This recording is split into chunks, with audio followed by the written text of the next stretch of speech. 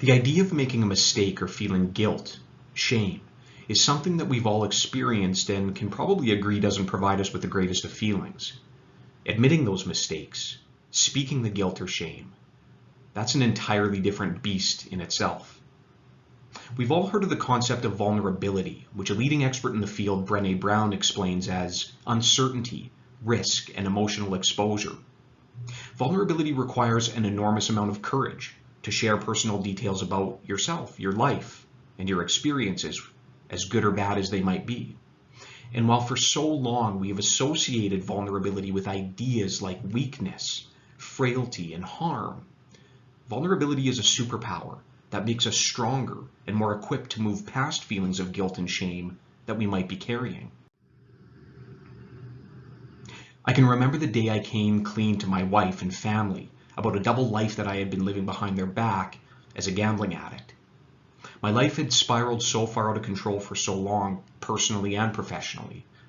The person my wife thought she knew and had married was not that person at all. My relationship with her was full of lies, full of financial infidelity. In my darkest hours, approximately 9 years ago, I was ready to take my own life. I had written letters to my family and closest friends, to my wife and her family, explaining my choice and reasons for doing so. Every single loved one that was to receive a letter I had personally betrayed in my life as an addict. I had lied, stolen from them, engaged in despicable behaviors in order to fuel my addiction. But instead of sending those letters in the spring of 2012, I found a strength and a courage, an idea that I know now today is vulnerability, to hit send on another email, another letter just to my wife. And in an emotionally distraught state, I called her after I hit send, and while crying, I told her that I was sorry, but that I was coming home. My admission was even harder than I ever thought it could have been. It ripped and tore and punctured the lives of many people that were still very close to me today. Trust that, again, to this day hasn't been fully regained, relationships that will be forever injured and broken. But it was on this day back in 2012 that even to the smallest degree, I experienced what it felt like to have the smallest amount of guilt and shame relinquished by lifting the cover that exposed who I really was. And it was all negative, all very shameful, completely pathetic. But one of the things that Brené Brown emphasizes when she talks about vulnerability is that when we find the courage to speak our shame and guilt, they can exist.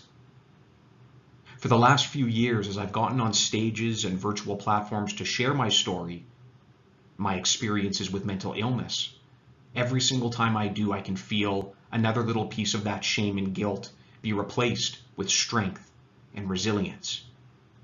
Now, why is vulnerability so important, and how do we find it? How do we become it? Well, vulnerability, quite simply, is a way to put yourself out there in your careers, your relationships, your personal lives, and your passions. When you're vulnerable with yourself and others, you give up the care of what others around you think, and it makes it easier for you to find out who you really are and be your true, authentic self. It's important to acknowledge that vulnerability isn't a one-size-fits-all idea. My idea of vulnerability might be different than yours, and the way that I practice it might be very different to you, and that's okay. Here are some common ways that allow us to practice and offer vulnerability to yourself and to others every single day. Share with someone something that you normally would keep to yourself. It can be something scary. It can be something exciting. Reconnect with someone that you've lost a connection with. It might be intimidating to initiate the conversation or possibly the reasoning for the disconnect, but this is being vulnerable. Allow yourself to feel guilty and shame regarding something or someone in your life. Vulnerability is coming to terms with feelings of guilt and shame.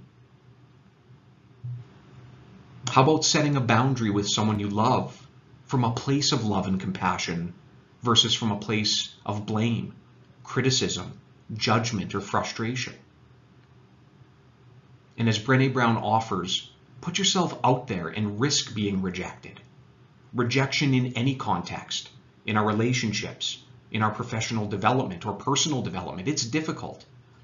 Vulnerability is committing to uncertain experience where you know that rejection is a possibility. Like anything else, vulnerability takes practice. Be intentional when you find yourself to be open and honest with yourself and others. The more you practice, the more natural it will become for you to land vulnerability each and every day.